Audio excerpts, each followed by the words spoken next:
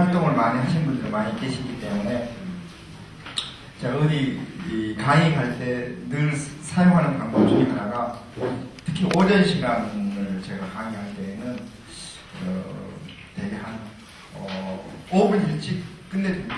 오전 시간, 쉬는 시간을. 그럼 왜 그러느냐 하면 대개 뭐 9시에 하든 10시에 하든 집에서 그냥 하급하게 와가지고 뭐 이렇게 제대로 뭐 이렇게 준비도 안 된 상태에서 공부를 하다 보면 그 좋아하는 커피도 한 잔 못 마시고 시작할 때가 많거든요. 근데 이제 중간에 커피 한 잔 딱 마시고 나면 훨씬 부드러운데 5분 빨리 시작하면 뭐 빨리 끝내면 그런 거 있고 점심시간도 제가 보통 10분 일찍 끝내드립니다. 특히 공무원 교육원에 가면 저는 무조건 10분 일찍 끝내주고 옵니다. 왜냐하면 제 시간에 끝내주면 한 300명이 줄을 서요. 300명.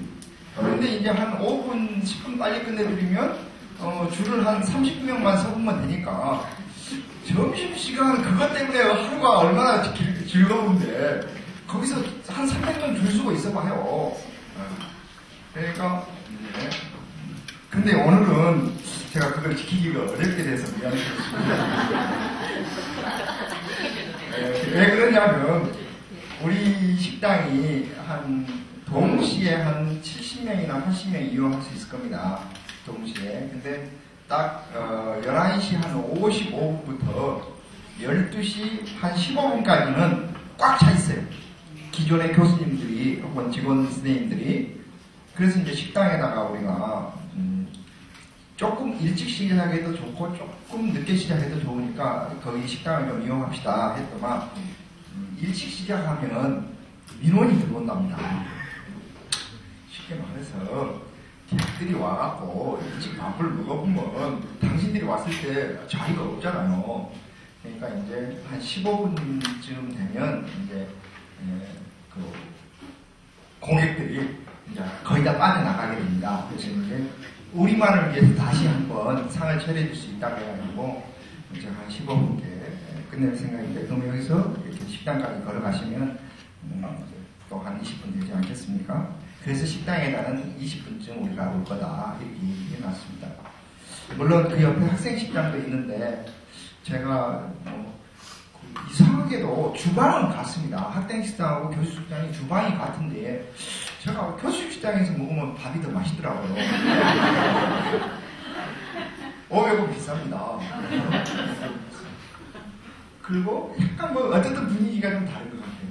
반찬도 하나가 더 있고. 그래서 이왕이면 그분들은 12시에 오면 학생식당, 12시 20분에 오면 교수식당이라고 해서 오늘 한 번은 교수가 되어보면 어떨까 싶어서 제가 여러분들께 교수로 모시기 위해서 조금 늦게 갈 것을 양해해 주시기 바랍니다.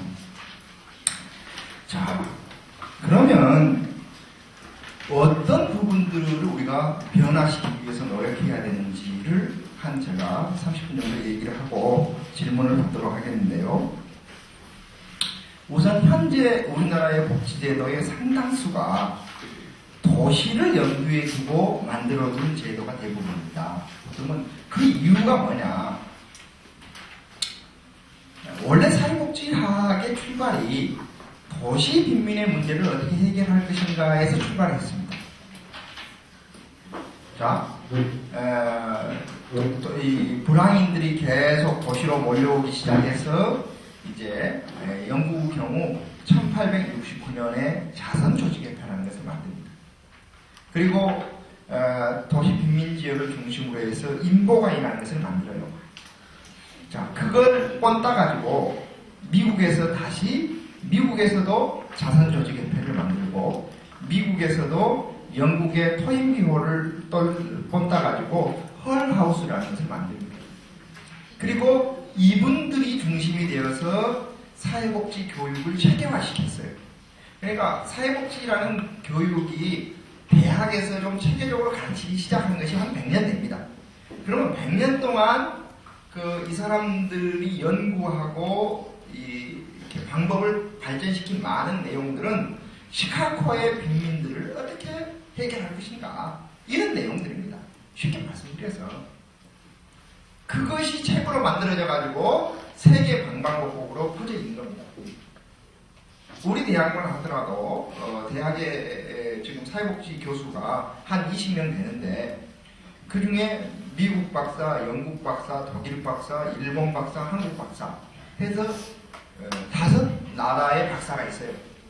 근데 한국 박사를 제외하고 영국, 독일, 일본 박사 다 합쳐봐야 미국 박사보다 적습니다.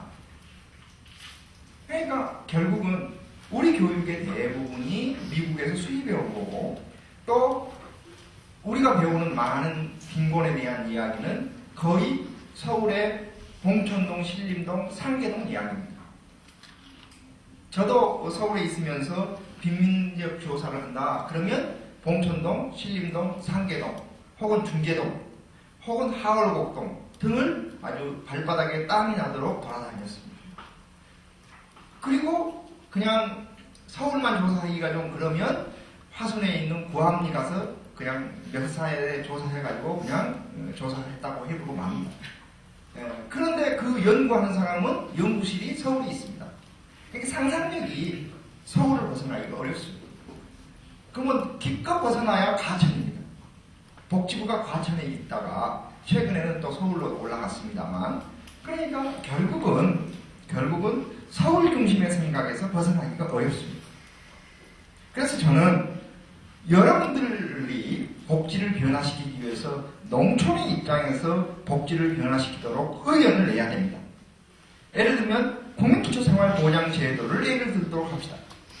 국민기초생활보장제도에서 수급자를 선정하려면 어떤 요인을 알면 되겠습니까? 수급자를 선정하려면 최저생계비를 알아야 됩니다. 그래서 이 최저생계비보다 그 가정의 소득 인정액이 적으면 수급자가 될 수가 있습니다. 예를 들어서 3인 가구의 소득 최저생계비가 만약에 110만 원인데 이 집의 소득 인정액이 100만 원이다. 그러면 수급자가 될 수가 있습니다. 그러면 소득 인정액을 알려면 뭘 알아야 되냐면 소득 평가액과 재산의 소득 환산액을 알아야 됩니다. 자, 소득 평가액은 그 사람의 소득을 그대로 말하는 것이 아니라 소득 중에서 빼는 것이 있습니다. 예를 들면 의료비 같은 거 뺍니다. 그 다음에 예를 들면 재산의 소득 환산액은 재산의 종류에 따라서 또 다릅니다. 그래서 일반 재산은 4.17%를 고배고 금융재산은 6.26%를 고배고 승용차는 100%를 고백합니다. 그 말은 무슨 말이냐? 7년짜리 썩은 털털한 번거차가 있는데 보험회사에서 80만원 쳐준다. 그러면 이 집은 매달 승용차에서 80만원 수입이 있는 것으로 평가를 해봅니다. 그리고 예를 들면 이 집에 돈이 1000만원이 있다. 통장에 1000만원이 있다. 그러면 300만원을 공제하고 700만원 곱하기 6.26%를 곱으니까 그냥 6만 곱해도 6, 7이 42 매달 42만원의 이자 수입이 있는 것으로 봅니다. 실제로는 뭐 이자 수입이 그렇게 되지는 않겠죠. 그 다음에 일반 재산은 뭐냐? 일반 재산은 집이나 땅이나 이런 건데 거기에서 대도시의 경우에는 5천만원 이상을 빼주고 농어촌 지역은 2,900만원을 빼줍니다. 그리고 나머지 곱하기 4.17%를 곱해줍니다. 그러다 보니까 쉽게 말해서 농촌 지역에 논이 단마제기만 있으면 수급자가 절대 될 수가 없습니다. 왜냐? 논 아무리 보성과 같은 꼴차기여도 한 평에 보통 한 4만원 남짓은 되거든요. 그러니까 뭐 평야지역은 좀 더 될 거고 그러면 결국은 논 단마제기가 있으면 결국은 수급자가 될 수가 없는데 논 5마제기에서 그 농업 소득이 얼마나 나오느냐? 한 달에 한 20만원 나올 겁니다. 그런데 최저생계비 그 재산의 소득 환산의 방식에 의해서 그렇습니다. 자, 그러니까 결국은 도시와 농촌 간의 공제액도 차이가 클 뿐만 아니라 농촌 사람에게 토지는 어떻게 보면 생산수단입니다. 재산이 아니에요. 생산수단입니다. 생산수단. 그런데 일반 재산으로 계산하니까 그냥 수급자가 될 수가 없죠. 그러면 수급자가 되려면 어떻게 해야 됩니까? 차 팔고 그 다음에 논을 팔아야 됩니다. 하다못해 자식 새끼들한테 이전이라도 시켜주고 그래야 됩니다. 근데 이게 어떻게 보면 도시의 입장에서는 보면 합리적인, 도시의 입장에서 토지는 큰 재산입니다. 그럼 농촌 사람의 입장에서는 토지는 생산수단입니다. 이런 관념이 제도에 포함되어 있지 않다는 겁니다. 자, 그러면 현재 농촌 지역에 계시는 여러분들의 입장에서는 이런 제도적인 거 말고 내가 할 수 있는 일을 좀 해주시오. 아이디어를 주시오. 이런지 모르겠습니다. 그러면 지금부터 제가 그런 얘기를 해보려고 합니다. 저는 이제 시군구, 읍면동 이런 농촌 지역의 기초자치단체나 그 이하에서 복지활동을 하시는 분들에게 계속 권유하고 싶은 게 하나 있습니다. 그건 뭐냐? 복지를 시작할 때 절대 크게 시작하면 크게 망해진다는 것을 강조하는 겁니다. 복지를 시작할 때 작게 시작하십시오. 작게 시작하면 흥하고 크게 시작하면 크게 망해진다는 것이 저의 생각입니다. 그러면 왜 크게 시작하면 크게 망해지냐? 우선 농촌 지역의 경우에는 도시처럼 복지 대상자들이, 복지 서비스를 받을 만한 사람들이 밀집해 살지 않습니다. 예를 들면 여러분들이 신문 배달이나 우유 배달을 하는데 우리 진월동에 있는 아파트 단지에 산다. 그러면 아파트 두 단지만 자기가 책임을 진다. 그러면 돈 버는데 별 지장이 없습니다. 그런데 만약에 신문 배달을 하는데 유럽면에서 한다. 그러면 어쩌겠어요? 기름값도 안 나오지. 기름값도 안 나오지. 그런데 지금 여러분들은 기름값도 안 나오는 동네에서 복지사업을 하고 계신 분들이 많이 계십니다. 우리 장필순 여사님처럼 기름값도 안 나오는 동네에서 하고 계세요. 보성읍. 이런 분들에게 박수 한번 쳐주십시오. 여러분들 모두에 대한 박수입니다. 제가 보기에는 작게 시작해야 돼요. 작게. 절대 크게 시작하면 안 돼요. 작게. 예를 들면 제일 작게 할 수 있는 복지사업이 뭐가 있습니까? 농촌 지역에서도 제일 작게 할 수 있는 복지사업.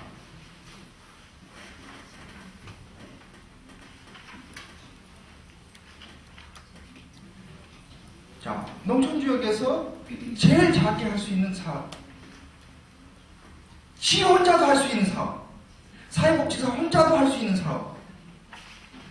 예를 들면 지역아동센터. 지역아동센터 9명 이하입니까? 9명 이하는 25평. 아무리 적으면 18평 이상. 그리고 9명 정원이면 시설장 한 사람 이면 할 수 있습니다. 그러면 저는 뭐라고 얘기하느냐? 25평 이상으로 시작하시되 9명부터 시작하십시오.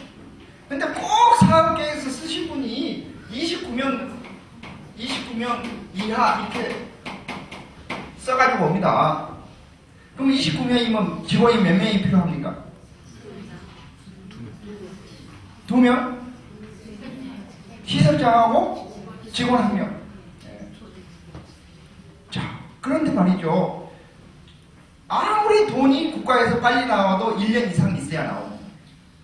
아무리 빨리 나와도.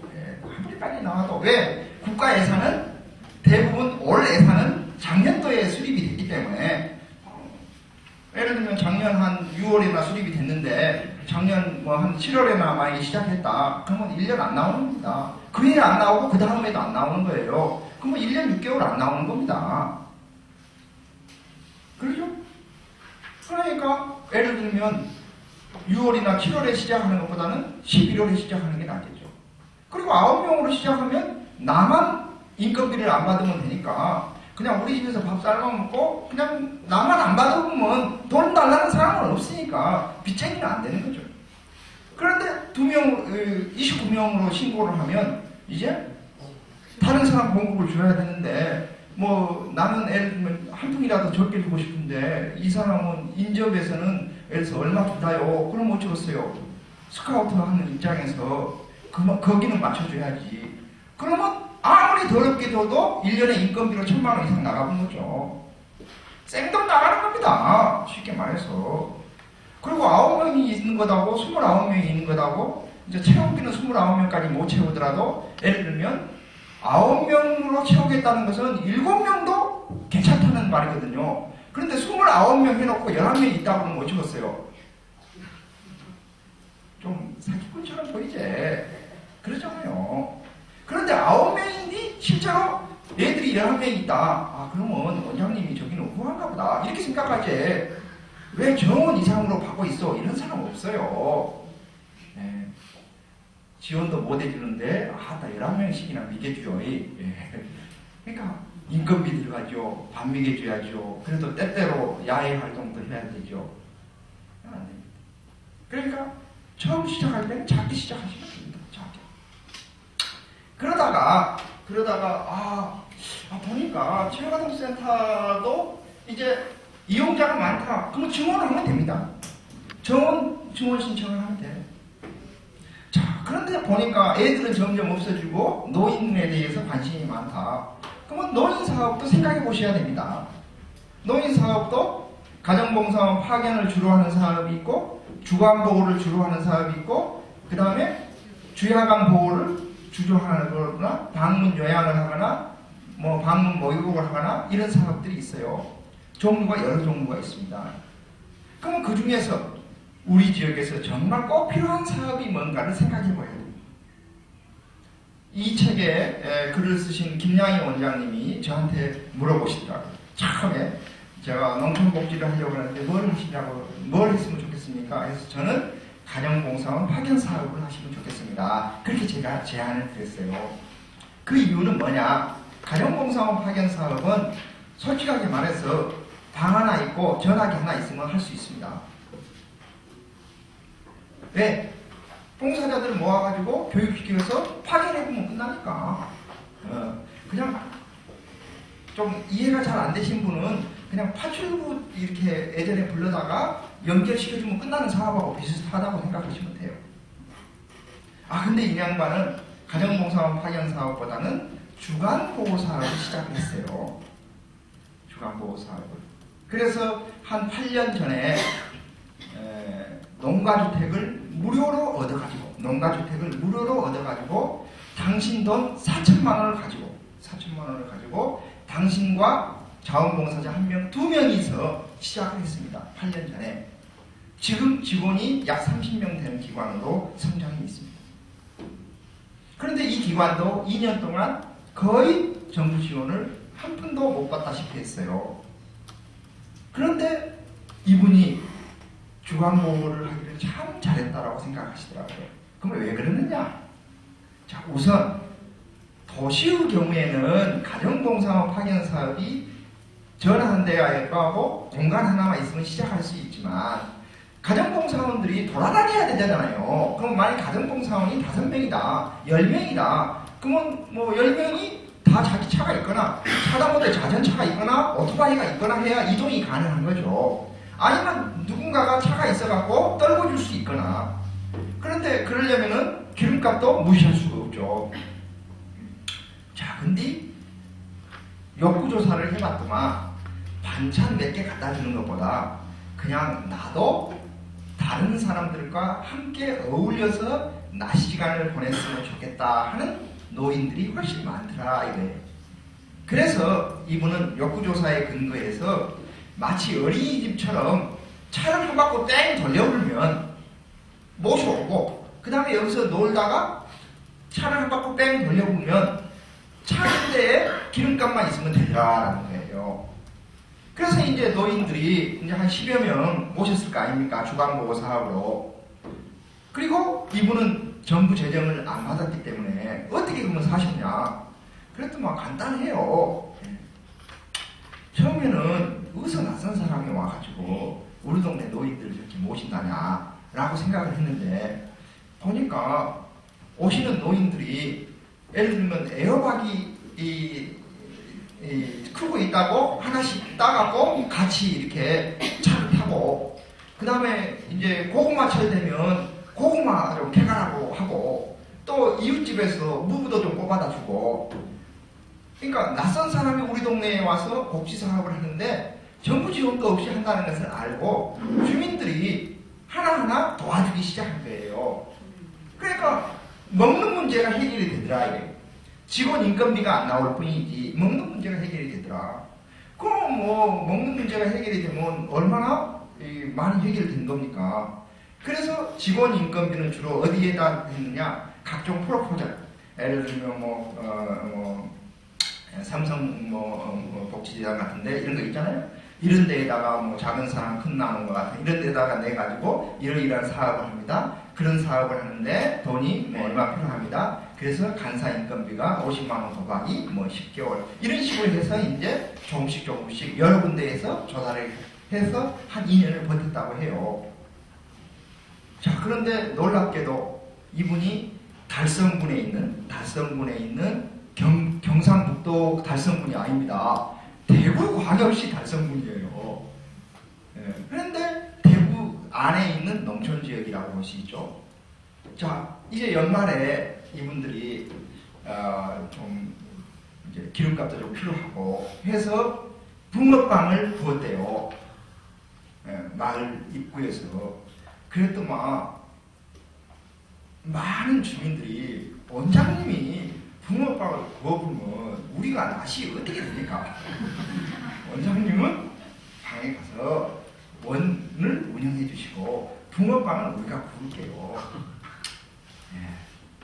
그 다음에 많은 가게나 이런 데에서 우리가 돈은 해드리기가 어렵지만 한 달에 한 번씩 노인들 오시면 돌솥 비빔밥은 우리가 해드리겠습니다. 1년에 한 번 노인잔치는 할 때 고기는 우리가 주겠습니다 하는 것처럼 지역사회에서 장사를 하거나 사업을 하거나 혹은 얼굴 내밀고 사는 사람들이 그 기관에다가 조금씩 후원을 해주고, 또 가까이에 농공단지가 있는데 농공단지에서 봉사활동을 나갈 때에도 여기를 우선적으로 와서 해주겠다 해서 끊임없이 봉사자가 오고 후원자가 생기기 시작하면서 자립이 조금씩 시작했다고 해요. 그러면 제일 마음속으로 부담감 가진 사람이 누굴 것 같습니까? 면장, 군청 공무원, 복지 담당자이겠어요. 그러니까 그 양반의 입장에서는 간단합니다.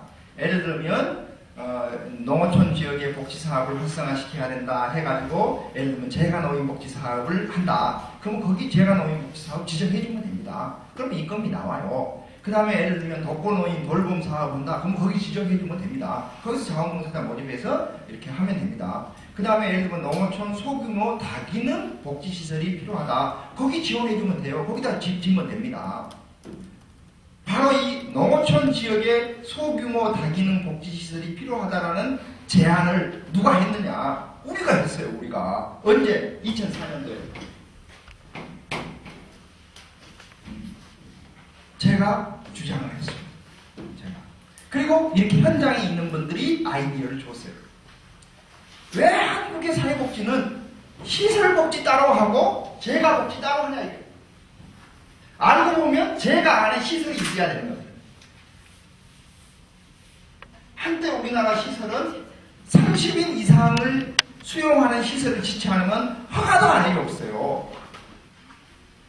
수용소 같은 시설만 생각을 하는 것입니다. 동네 안에 시설이 들어와야 된다는 생각을 안 하는 거죠.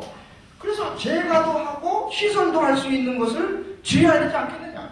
도시의 경우야 재가 사업과 시설 사업이 생활복지입니다. 생활시설입니다. 하나는 재가복지고 하는 것이 구분되어도 괜찮겠지만, 농촌 지역에 어디다가 시설 하나 짓고 또 재가센터를 만들고 혹은 주간보호하고 가정봉사원 파견사업 따로 하고 그러겠냐 이거예요. 재가사업도 다 세 개가 구분을 해가지고 별도로 다 승인을 받아야 돼요. 가정봉사업, 파견사업, 주간보호사업, 그 다음에 단기보호사업. 옛날에 그랬습니다. 그럴 필요가 뭐 있냐 말이죠. 제가 사업을 중심으로 하다가 그 다음에 거기에서 그 노인이 더 이상 이제 집에 가기가 어렵다. 그러면 주야간 보호를 하고, 주야간 보호를 하다가 더 이상 대구로 가서 새끼를 끌어먹기가 어렵겠다. 그러면 공동생활가정 옆에다 붙여보면 되지 않느냐. 그러면 한 시설에서 주간보호도 하고, 가정봉사와 파견사업도 하고, 경우에 따라서는 단기보호나 중장기보호도 할 수 있는 이른바 소규모 타기능 복지시설을 만들면 좋겠다. 제가 그거 2004년도에 주장할 때만 하더라도 주장한 저조차도 사실 몇 년 걸릴 줄 알았어요.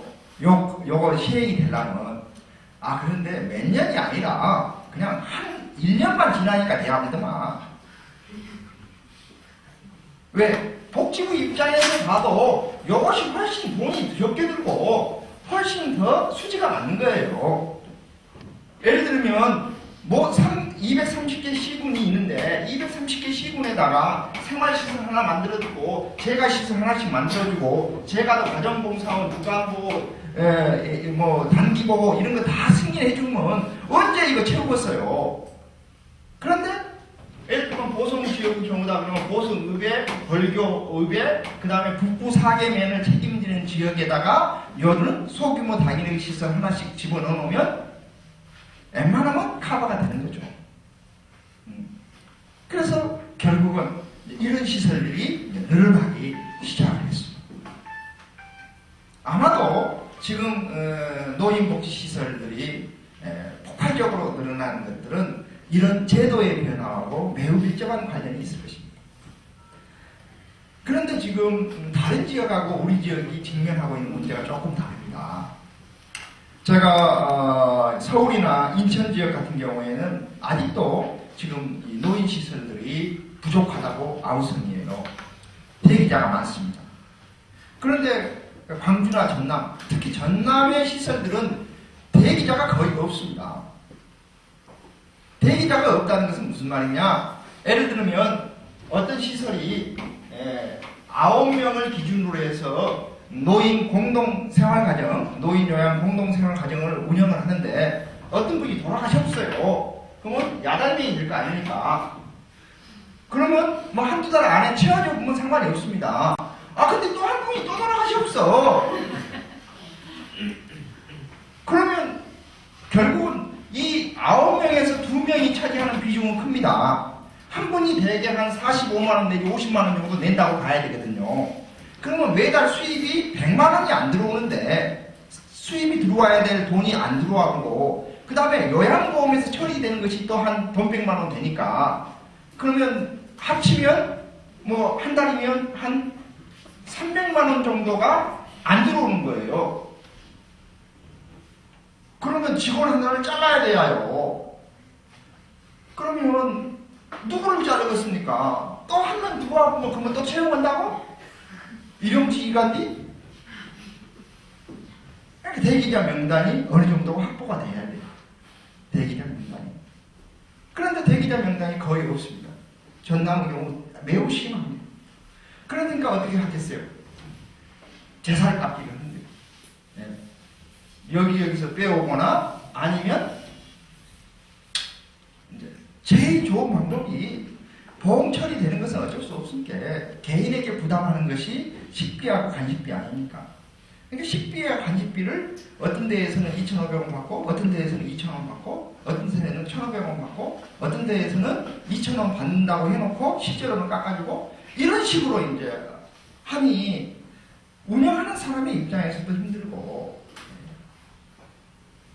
그래서 저는 이것은 뭐 정부의 책임이 저는 매우 크다고 생각합니다만 뭐 어느 날 갑자기 요건만 갖추면 누구나 복지를 할 수, 시설을 운영할 수 있도록 다 풀어나가고 심지어 요양보호사 같은 경우는 요건만 갖추면 앉아서 공부만 하고 있으면 누구든지 자격을 취득할 수 있도록 해주고 그리고 광주에만 요양보호사 교육원이 뭐 60개가 된다고 하나요? 이건 문제. 이런 것들이 어떻게 보면 국가의 정책이 복지를 구조적으로 굉장히 나락으로 막 밀어내는 거죠. 그러면 어떻게 해야 되느냐? 이미 이제 이렇게 저질러져 없는데 어떻게 해야 되냐? 제가 보기에는 여기에 계신 분들이 지혜를 모아서 살아남아야 될 겁니다. 왜? 어떤 시설들은 결국 죽게 될 겁니다. 특히 많이 투자한 시설은 죽게 돼 있습니다. 왜 많이 투자한 시설이 죽게 되느냐? 적게 투자한 시설들은 대부분 자기 돈으로 시작하거나 다른 사람 돈이 별로 안 됩니다.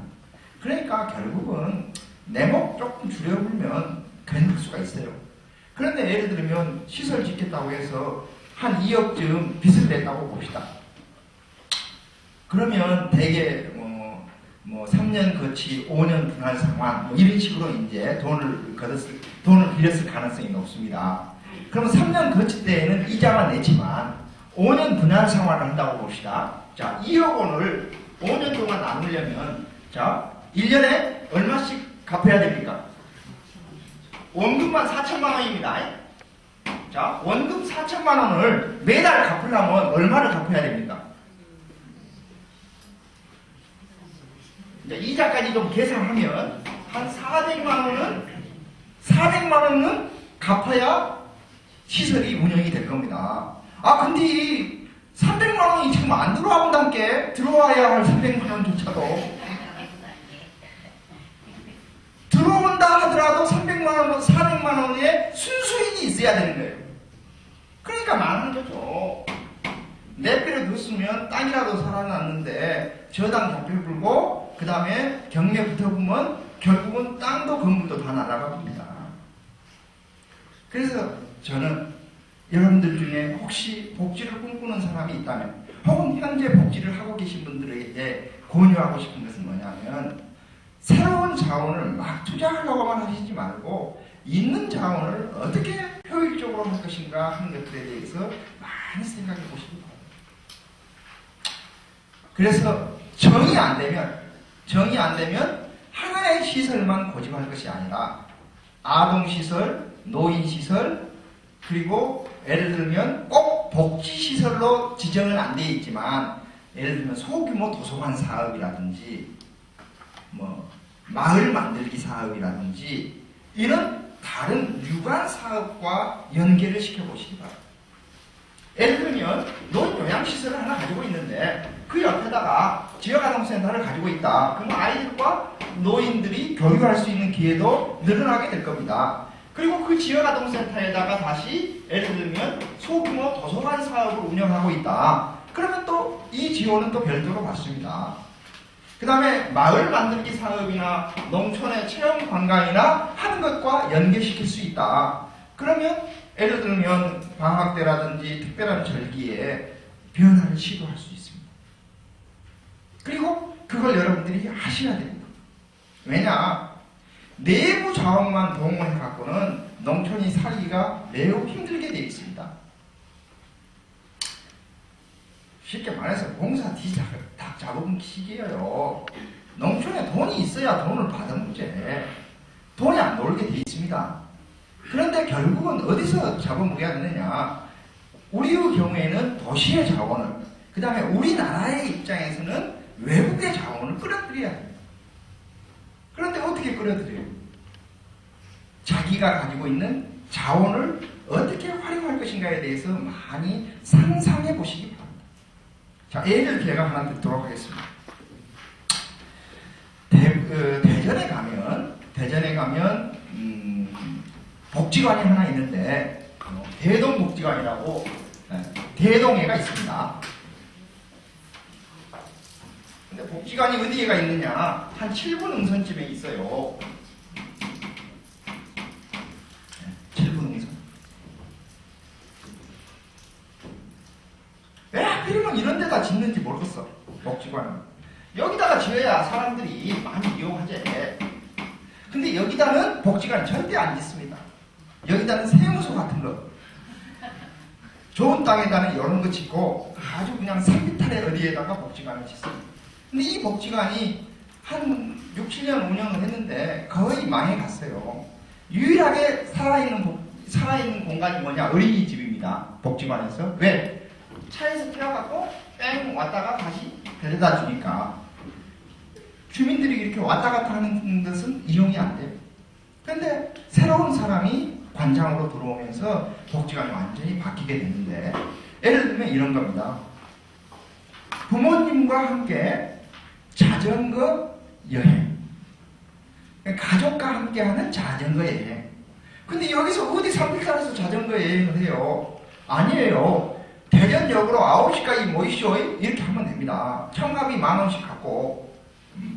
그리고 모인 사람이 만약에 한 40명 된다. 관광차 태워갖고 저기 대전 근처에 무슨 대청호라고 있죠. 거기에다 풀어놔버려요. 그리고 자전거 회사에다가 얘기해서 자전거 쫙 풀어놔봅니다. 그리고 당신들끼리 도시락 까먹고 놀고 하다가 예를 들면 오후 4시쯤 되면 다시 실어다가 그냥 와보면 끝입니다. 가족과 함께하는 자전거 여행. 멋있잖아요. 왜 복지관 사업을 청소년 대상 복지관 사업은 꼭 복지관에서 해라는 법이 어디가 있어요? 없어. 그런데 여기가 또 이상하게도 다른 복지관에는 그런 게 없는데 식당하고 숙소가 있어요. 그 이유가 뭐냐? 원래 여기다가 청소년 공부방을 만들어 놓기 위해서 밑에다가 열선을 깔아놨어요. 근데 청소년들이 없습니다. 그러니까 이 책상을 다 드러내보니까 방이 되어본 거예요. 큰 건물에 한 층이 방이니까 쓸데가 없죠. 근데 이 양반이 가만히 생각하니까 잠잘 때 있고 식당이 있으면 노숙자 쉼터 하면 좋겠네.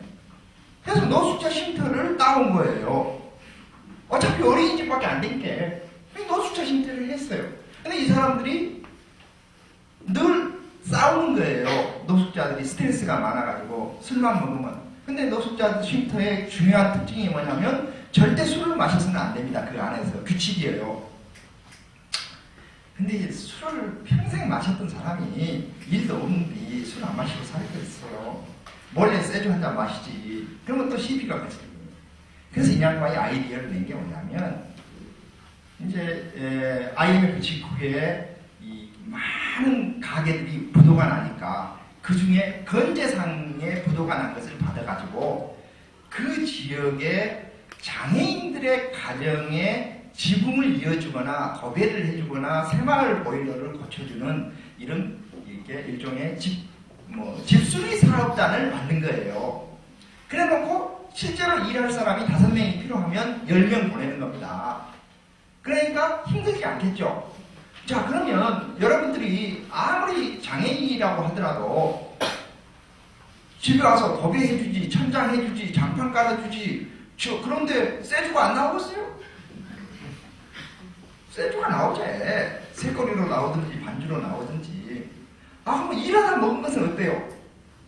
그건 법적으로 문제가 안 돼. 쉼터에서 마시는 것이 문제이지 일하면서 마시는 것이 일이 아니에요. 그러니까 이 사람들에게 인건비도 줄 수가 있는 겁니다. 그런데 놀랍게도 이분이 또 뭘 만들었느냐? 경비원 학교라는 것을 만들었어요. 경비원 학교. 일주일 동안 경비원 교육을 시킵니다. 경비의 기본, 위기 시에 어떻게 신고할 것인가, 차량 관리를 어떻게 할 것인가, 이런 거. 일주일 동안. 강사는 누구냐? 공단사무소의 이사장, 아파트 관리사무소, 연합회 회장, 이런 사람들을 불러다가. 그러니까 이분들이 와서 교육시켜놓고 미안하니까 어떻게 했어요? 좋은 졸업생 나오면 나도 취직 좀 시켜준다고 하다가 이제 실제로 사람을 구할 일이 있으면 어때요? 거기 한번 연락해보세요. 다른 데는 취직, 무슨 교육을 시켜도 취업으로 연결이 안 되는데 이 경비원 학교는 일주일 교육시켰는데 그때 당시 70명을 취업을 시켰대요. 진짜 팍팍 올라가면 이제. 근데 뭐 경비원 학교라는 것이 무슨 경비원 자격증 주는 건 아니잖아요. 그렇지만 뭐 아무 속도 모르는 사람을 쓰는 것보다는 그래도 경비원 학교에 기본은 배운 사람을 쓰려고 할 거 아닙니까? 아파트 관리사무소나 공단 사무소 입장에서는. 그럼 취직이 됐다. 그러니까 무슨 말이냐? 형편에 맞게 시작하는 겁니다. 형편에 맞게. 자, 그래서 여러분들이 이따 가지고 가실 선물책 중에 하나가 미황사 스님 얘기가 나옵니다. 땅끝마을 미황사. 원래 미황사가 이거 예쁜 절입니다. 근데 뭐 절이 예쁜 것이 아니라 뒤에 산이 멋있습니다. 절은 솔직히 말해서 되게 많겠죠. 제가 한 10여 년 전에 가서 보니까 미황사의 이름의 명성에 비추어 봤을 때는 정말 적은 절이더라고요. 근데 제가 작년에 또 가봤더만 절이 굉장히 어벌절해졌더라고요. 그래서 그냥 절이 좀 공사를 많이 했나 보다 이런 정도만 알았는데 신문을 보니까 어느 날 갑자기 노영심 씨가 서평을 쓴 땅끝 마을에 무슨 얘기가 이렇게 나왔는데 보니까 제 귀에 쏙 들어오더라고요. 뭐냐 이런 겁니다. 미황사에 새로 주지로 오신 금강 스님이 미황사에서 보니까 앞에 바다가 멋있더래요. 노을이. 아따 저거 혼자 보기 아깝네 해서 해맞이 혹은 해넘이 행사를 하신 거예요. 미황사 여기서 본 게 노을이 멋있어요. 그러니까 여기서 우리 노을 구경하고 그 다음 날은 그 뒤에 산에 올라가서 다시 산에 해남 쪽에서 이제 떠오르는 태양을 보는데 그렇게 멋있답니다. 거기서 하는 것은 뭐겠어요? 연말에 사람이 많이 오면 잠 재워줄 필요도 없어요. 어차피 거기 잠자고 온 사람들이 아니잖아요. 밤새 놀다가 새벽에 일출 보려고 온 사람들이기 때문에 솔직히 밤새 받을 필요도 없는 거죠. 근데 거기 온 사람들이 어쩌겠어요? 적어도 불절함에다가 돈은 넣어놓고 인사는 하고 가겠지. 해를 받을 필요가 없는 거예요. 해 지는 거 같이 보고 해 뜰 때까지 밤새 같이 놀다가 해 뜰 때 등산해가고 해보고 저희 집 가는 겁니다. 내가 뭐 해줘야 될 것이 없어요. 그 다음에 이 양반이 늘 했던 것이 차나 한잔 합시다 였다 그러더라고요. 차나 합시다. 그 근처에 야상채도 있고 스님들 차 좋아할게 차나 한잔 합시다. 그러면 이런 얘기 저런 얘기 할 거 아니에요. 그것 중에 이런 사찰에 와서 뭔가 좀 마음을 가다듬을 수 있는 시간이 좀 필요하다는 것을 느꼈대요. 그러면 템플스테이를 제안하는 거예요. 그래서 7박 8일 동안 템플스테이를 한다고 합니다. 그랬더만 우리 새끼들도 좀 같이 해줬으면 좋겠어요. 그렇게 서당을 해요. 방학 때 서당을 합니다. 좀 깊게 좀 가르쳐 줬으면 좋겠어요. 상급방 만들어 그래요.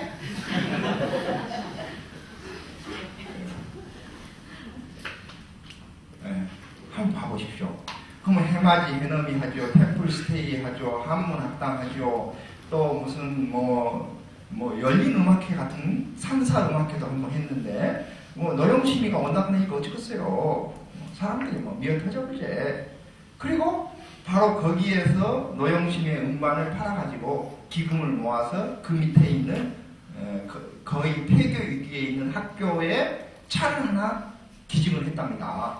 그러니까 어떻게 했어요? 또 차 돌아다니면서 애들 다 데리고 와본 게 멀리 가느니 거리는 멀다 하더라도 학교를 이리 다녀보니까 학교가 살아본 거예요. 자, 만약에 여러분들이 주민이라고 봅시다. 내가 주민인데 내가 종교는 좀 다르다 하더라도 새끼들 다니는 학교에 스쿨버스가 스님이 준 스쿨버스로 돌아다녀보고 그 다음에 주민들이 와서 하다못해 관광객들이 오면 기름은 넣고 갈 거 아닙니까? 그러면 주위에서 돈 벌고 쇠주라도 한잔 사면 가게 돈 벌고 그 다음에 농산물이라도 사가고 하면 동산 사람의 입장에서는 나쁠 게 없죠. 그리고 어디 사요? 그러면 내가 미양새 밑에 산답게 그러면 되는 거예요. 어디 사요? 그러면 제가 말이요 해남군 무슨 면 무슨 리에 삽니다. 알아들 수가 없어요. 내가 미양사 밑에 사요. 왠지 우리 집 옆에가 저 하나 남게? 이런 느낌이 드는 겁니다. 자존심이 올라가는 거죠. 그래서 결국은 여러분들이 있는 기관이 그런 역할을 해주셔야 됩니다. 예를 들면 지역 주민에게 어디 사요? 어디 산가? 내가 예를 들면 보성읍에 산다. 내가 읍교회 옆에 삽니다. 이렇게 말하면 그냥 쉬워요. 군청 옆에 살지라. 그런데 예를 들면 여러분들이 운영하고 있는 지역아동센터나 여러분들이 운영하는 노인 요양시설이 있는데 주민들이 그걸 지칭하지 않고 예를 들면 여러분들이 효경 노인 요양원을 운영하고 있는데 주민들이 마을회관 옆에 삽니다. 이렇게만 얘기하거나 읍교회 옆에 삽니다. 군청 옆에 삽니다. 보건소 옆에 살지요. 이렇게 얘기하고 더 옆에 있는 효경 노인 요양원 옆에 삽니다라고 안 하게 되면 안 된다 이거예요.